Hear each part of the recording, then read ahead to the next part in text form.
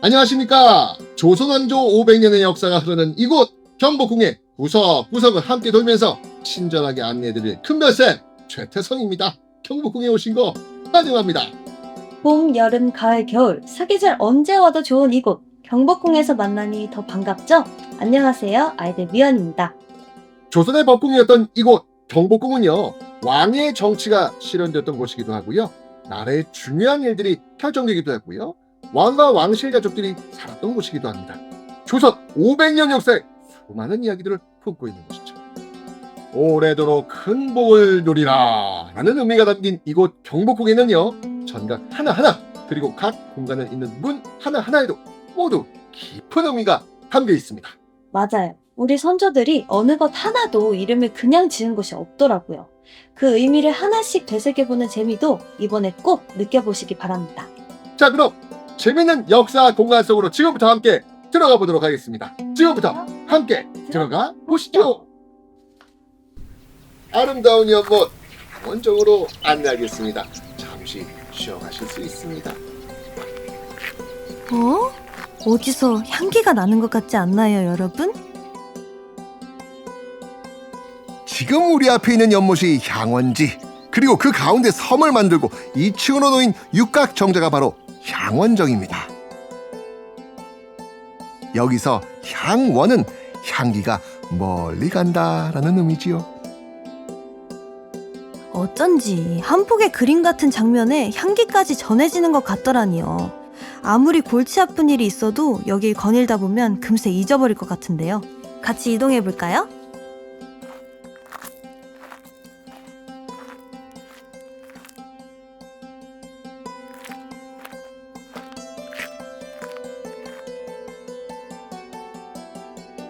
이곳은 왕과 왕비 그리고 왕실 가족들이 산책도 하고 사색도 즐기고 그렇게 쉬어가는 공간이었습니다. 규모만 봐도 역시 궁궐이구나 싶죠?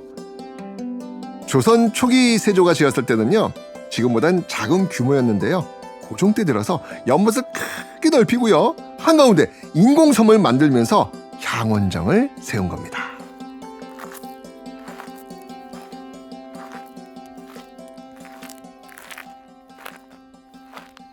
연못을 가로지르는 다리가 있네요. 예전에는 한가운데 정자까지 연결해주는 다리였겠죠? 저 다리 역시 향기에 취한다라는 의미로 취향교라 이름 붙였습니다. 조선시대 연못에 놓인 나무 다리로는 가장 긴 다리였습니다. 6.25 전쟁 당시 소실됐다가요, 1953년에 향원지 남쪽에 세웠었는데 지난 2021년에 지금 세워진 원래의 자리에 다시 만든 겁니다. 취향교를 지나 향원정에 가면 그 안엔 뭐가 있을까 궁금한데요. 고종은 2층의 난간에 서서 향원지를 내려다보며 어떤 생각을 했을까도 궁금하고요. 향원정을 보수하는 과정에서 보니까 정자 1층에 온돌이 있더래요. 가장자리만 난방이 된 독특한 구조였다는데 아마 왕과 왕실 가족들은 한겨울에도 향원정을 사용했던 모양입니다. 향원정이 워낙 그림처럼 예뻐서 연못 바깥 둘레를 걸으면서 바라보는 것도 충분히 힐링되는 것 같아요. 그런데 천천히 한 바퀴를 돌면서 보니까 재밌는 게 한 가지 있네요. 연못은 네모난데 한가운데 섬은 동그랗고 그 섬 위에 정자는 육각형이잖아요. 천원지방이라는 말 들어보셨습니까?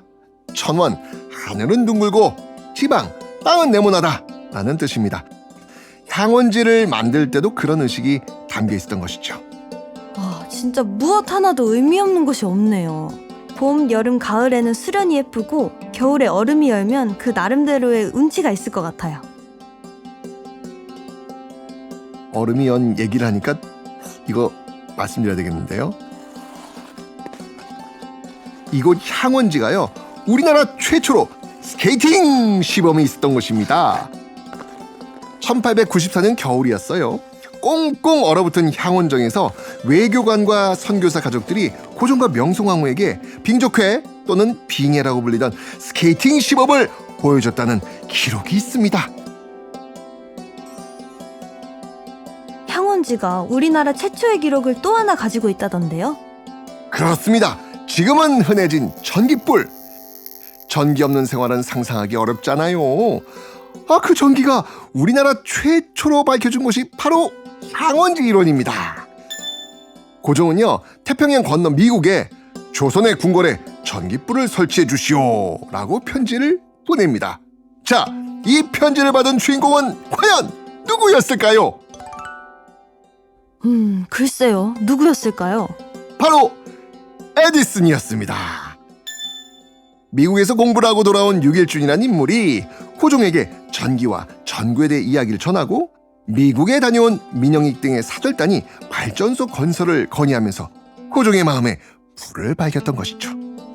와, 에디슨도 편지를 받고 깜짝 놀랐겠네요. 그래서 에디슨이 조선에 와서 직접 발전소를 만들어주고 갔나요? 올 뻔했지요. 고종의 편지를 받은 에디슨은요, 같이 일하던 발전설비 기술자를 조선에 보냅니다. 에디슨이 그때 좀 바빴대요. 자, 그리고 1887년 3월 6일 저녁이었습니다. 향원지 근처에 설치된 발전기에서 우르르 쾅 하는 소리와 함께 작은 2개의 공 모양 유리에 불빛이 번쩍 하고 들어오게 됩니다. 초에 불을 켜던 시절이었으니까 얼마나 놀랐을까요? 정말 신기했을 것 같아요. 전구를 본 사람들은요, 우, 도깨비불이라고도 부르고요, 향원지 물을 끌어들여 증기를 만들어서 발전했기 때문에 물불이라고도 불렀습니다. 또 켜졌다 꺼졌다를 자주 반복한다고 해서 건달불이라고도 불렀다고 합니다. 이때부터 뭔가 큰 변화가 일어난다고 느꼈을 것 같아요.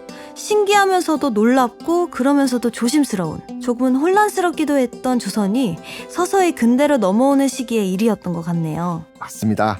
그 혼란의 시기에 이 궁궐 안에서 또 한 번의 분하고 슬픈 사건이 일어납니다.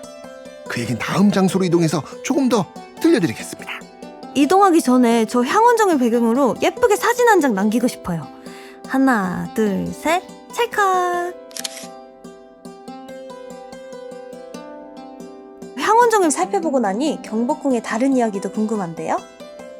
궁중문화축전과 함께한 KBS 경복궁 오디오 가이드 조선을 걷다에서 경복궁의 더 많은 이야기 만나보세요.